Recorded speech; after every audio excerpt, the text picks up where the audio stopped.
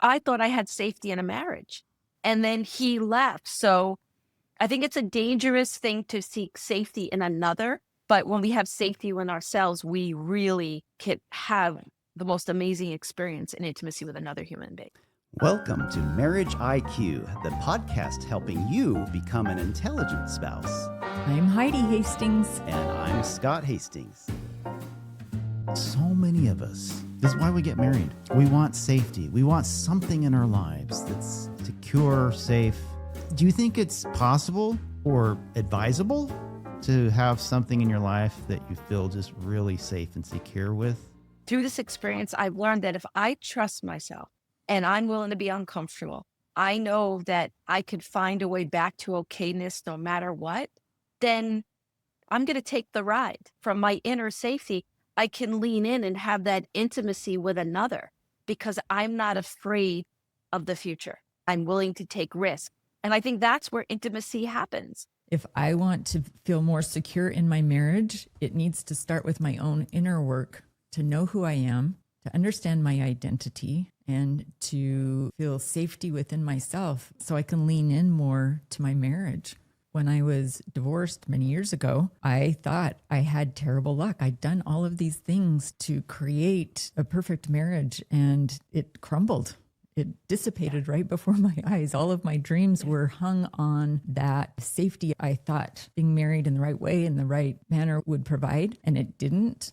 And I thought, I'm dead. I feel like I'm 6 feet under the ground. And I didn't realize that was going to open doors for me to have a better marriage with Scott 3 years later. And it's been awesome. It hasn't been perfect, but everything that we go through that's been difficult or hard actually does open doors to bigger possibilities.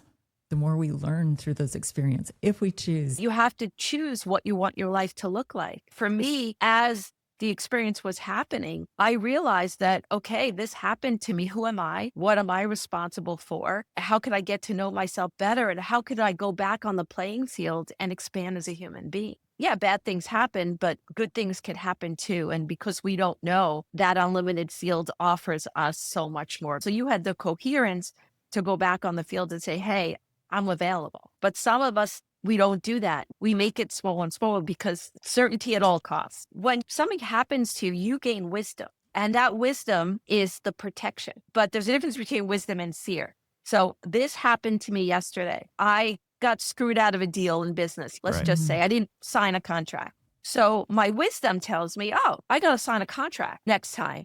But if my fear gets me and says, everyone's going to screw me, I can't trust people, then I'm never going to have that business relationship I desire. Same thing with marriage. So we have to know the difference between our wisdom and our fear. In this moment, am I in a fearful state that I'm not moving forward? Or is my wisdom telling me, hey, Allison, that's not for you? How do you practice using wisdom over fear? Believe it or not, the first thing I do is alleviate my fear of the unknown. Because for me, that's my trigger. Sometimes I will actually do the maybe practice to make sure that I am not afraid of uncertainty in this moment, that I'm not afraid of what will be. So what I'll do is, let's say I want to enter into a business situation. And my fear is this will never work out because it never worked out before. Why am I going to bother? And so I write all my fears down. And then I ask myself, are you absolutely certain that fear is true? And the beauty of life is you cannot be certain of anything, but yet we think our fears are certain.